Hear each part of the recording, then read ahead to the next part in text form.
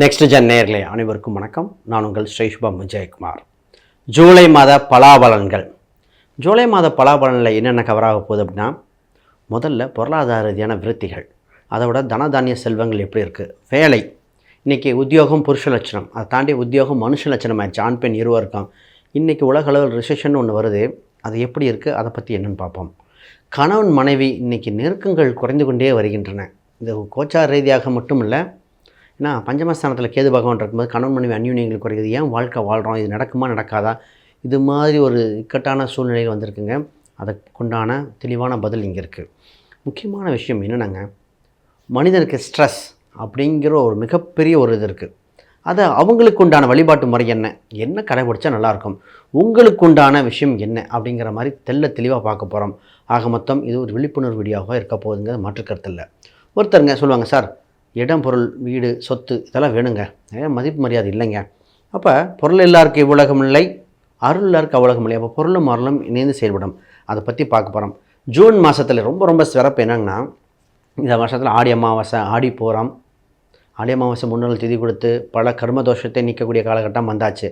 ஆக மொத்தம் சிறப்பான காலகட்டத்திற்கு அதை பற்றி தெளிவாக பார்த்துருவோம். இதோ மேன்மை பெறும் மேச ராசி அன்பர்களே, உலகமே உங்களை வெய்ந்து அண்ணாந்து பார்க்குற விஷயம் எது தெரியுங்களா? உங்கள்கிட்ட இருக்க தன்னம்பிக்கையும் துணிச்சலுங்க. தொட்டதெல்லாம் துலங்கும் காலகட்டம். அதாவது ரிஸ்க் எடுக்க ரஸ்க்கு சாப்பிட்றது இந்த மேச ராசிக்காரங்க. மற்றவங்களாம் ஒதுங்கி நிற்பாங்க பார்த்துக்கலான்னு. இவங்களுக்கு சிறப்பான விஷயம் என்னென்னா, தான் வளர்றது மட்டும் இல்லாமல் தன் சொந்த பந்தங்கள் உறவினர்கள் அனைத்தும் வளர வைக்கும். அவ்வளோ சிறப்பு வாய்ந்த ராசி. என்ன ஒரு சில நேரத்தில் கோபக்காரங்க, பொறுமை இல்லைன்னு சொல்லி பேச்சு வரும். இவங்க வேகமாக செய்கிறாங்க. அதுதான் இந்த ராசியோட அம்சம். இந்த ராசியோட பலாபலன்கள், ஜூன் மாத பலாபலனை பார்த்துரும். முதல்ல உங்கள் ராசி அதிபதி 2ஆம் வீட்டில் சஞ்சாரம் செய்கிறார். முதல்ல பொருளாதார ரீதியாக மிகப்பெரிய செல்வ கடாட்சம் ஏற்பட வாய்ப்புண்டு. 8க்குரிய 2இல் இருந்து பயணம் செய்யும் காலகட்டத்தில் பூர்வீக ரீதியான சொத்துக்கள் சம்மந்தப்பட்டது எதிர்பாராத திடீர் பண வரவு வருகிற காலகட்டமாக இருக்குது. அப்போ பணம் சம்மந்தப்பட்ட விஷயத்தில் கொஞ்சம் வேகப்படுத்தி பார்க்கும்போது திடீர் அதிர்ஷ்டம், திடீர் யோகம் உண்டு. அடகு வைத்த பொருளை மீட்கக்கூடிய காலகட்டம் வருதுங்க. நிறைய பேர் கடன் என்ற ஒரு பிரச்சனை அடகு வைத்தது, இடம் வீடு சம்மந்தப்பட்டதுக்காக அடகு வச்சது, அந்த அடகு நகை சம்மந்தப்பட்டது, இது மாதிரி பலதரப்பட்டது இருக்கலாம். அதை மீட்கக்கூடிய காலகட்டம். அப்போ பொருளை அடகு வைக்க மீட்கக்கூடியது. ஒரு சிலர் சார் பணம் வேணும் தேவைப்படுது, அப்போ திருப்பி அதை நீங்கள் ப்ராசஸ் பண்ணிக்கலாம். அப்போ அடகு வைக்க நல்ல முறையில் அடகு வைக்கவும் வாங்கவும் பயன்படுது. ஆனால் ஒரே ஒரு விஷயம் கவனிக்கணும், பேச்சில் கவனம் தேவை. இந்த நேரத்தில் உங்கள் பேச்சு சூடாக இருக்கணும். 2இல் செவ்வாய் பகவான் இருக்கும்போது வேகமாகவும் சூடாகவும் இருக்கும் காலகட்டம். இந்த நேரத்தில் நீங்கள் சொல்கிற சொல் ஒரு மனிதனை வென்றுவிடும், ஒரு மனிதனை கொன்றுவிடும். அப்போ அவ்வளோ பவர்ஃபுல்லாக இருக்கிற நேரம். அப்போ நல்ல விதமாக பயன்படுத்திக்கோமே, ஜெயிக்கக்கூடிய காலகட்டமாக இருக்குது, பார்த்துக்கலாம். ரைட் சார், வேலை விஷயம் அப்படிங்க இருக்கும். உங்கள் ராசிக்கு குரு பார்வை பெற்ற சனி பெற்ற 6ஆம் அதிபதி பாவத் பாவ கான்செப்ட் எடுப்போம். இப்போ தான் சார் வேலை இல்லாதன்னு டாக்குன்னு வேலையில் ட்ரை பண்ணி பிடிச்சிக்காங்க. அற்புதமான காலகட்டம்.